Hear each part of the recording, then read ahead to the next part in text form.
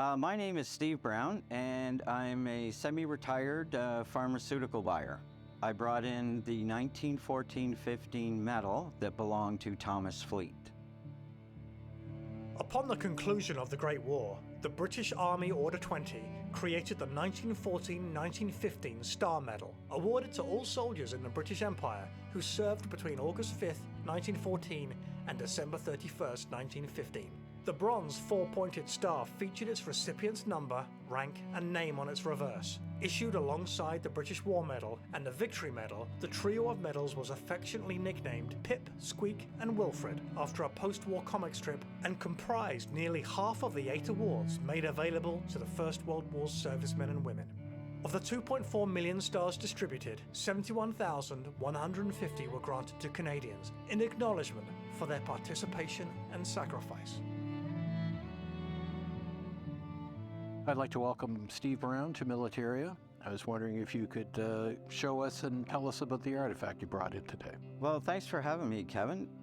The artifact I brought today was the 1914-15 Star. That was given to soldiers who enlisted in the CEF between August 1914 and December 31st, 1915. And this medal belonged to Thomas Fleet. Now, this award is given out to over 71,000 Canadians. So this medal is never given singularly. It's given out like as a mass sort of issuance at the end of the war.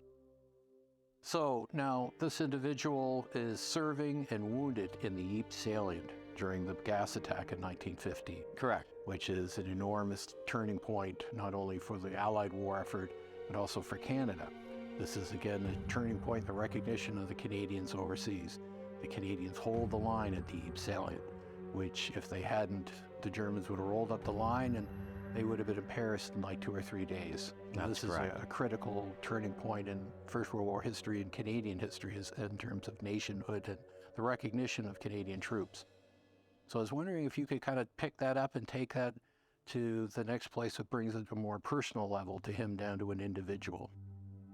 Thomas was born in 1884 in Liverpool, England, and he eventually immigrates to Canada, where he decides he wants to live in British Columbia. And while he's in British Columbia, he has an interesting job that I think well prepares him for what's coming. He's a lumberjack, a lumberman in BC.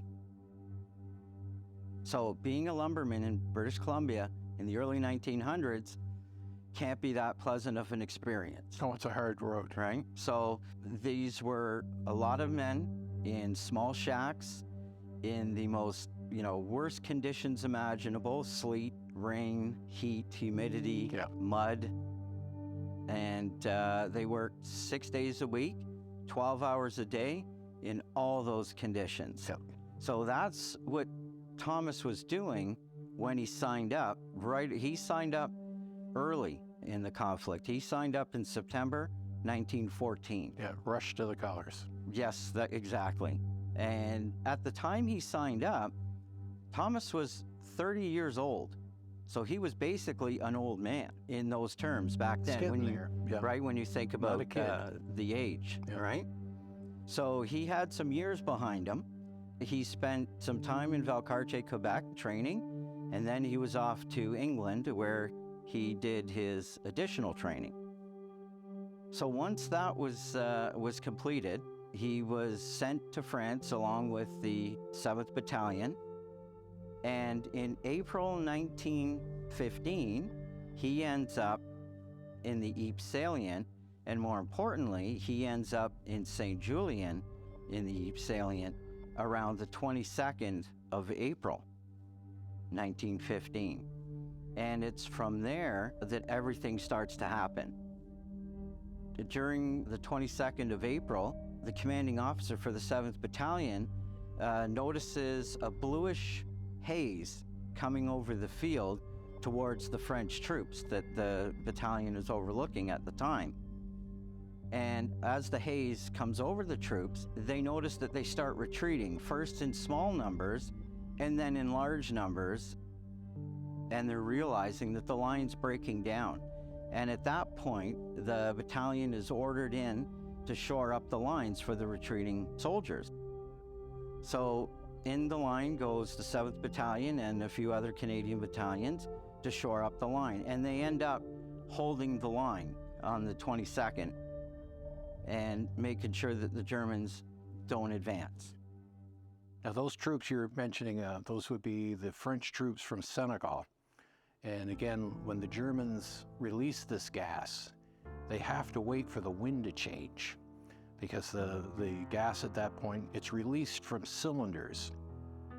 And so the direction of the air is quite critical for its flow of it towards Allied trenches. So they release that gas around 4 in the afternoon.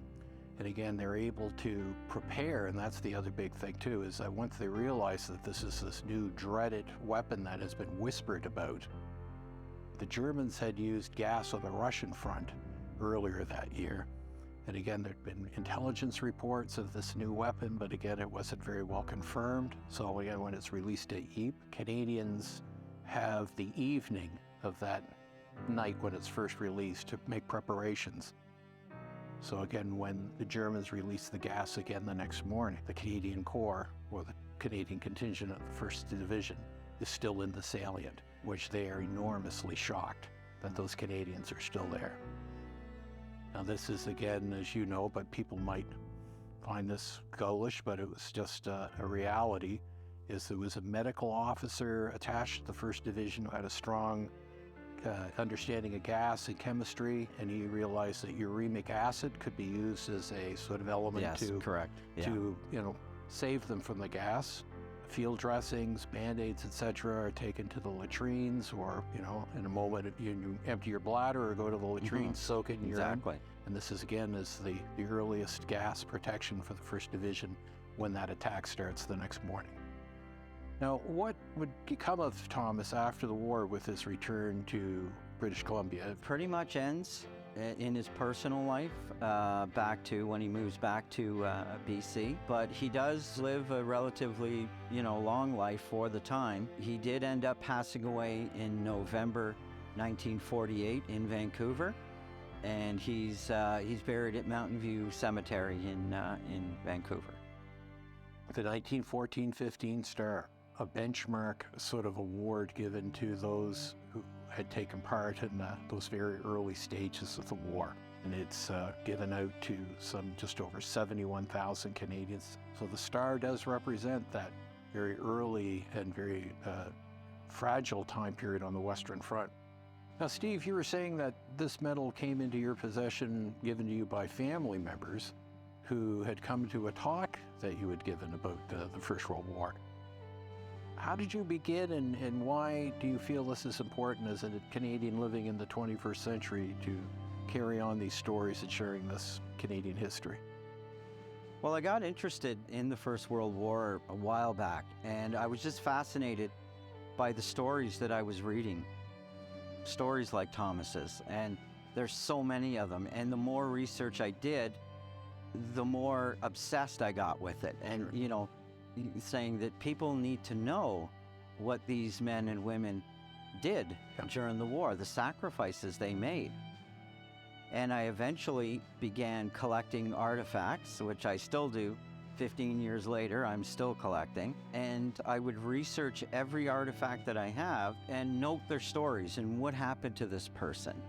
And eventually, I started doing presentations at different historic societies, and it was at these presentations I would tell their stories, and I was surprised at the response I would get. Each one I went to, there was more and more people at each presentation. Well, I'd like to thank you for bringing this in and sharing your scholarship and your efforts to keep the memory of this generation and their sacrifices alive in the 21st century. Thanks for bringing it in. Thanks for coming. Thanks very much. I appreciate it. My presentations, I generally do at historic societies. I get invited to go and just speak about the different artifacts that I've collected over the years. Mostly personal items that belong to soldiers. Some survived, like Thomas, and others, unfortunately, didn't make it back to Canada. And I tell their stories and make the presentation just so people understand just what, young men and women went through in the First World War.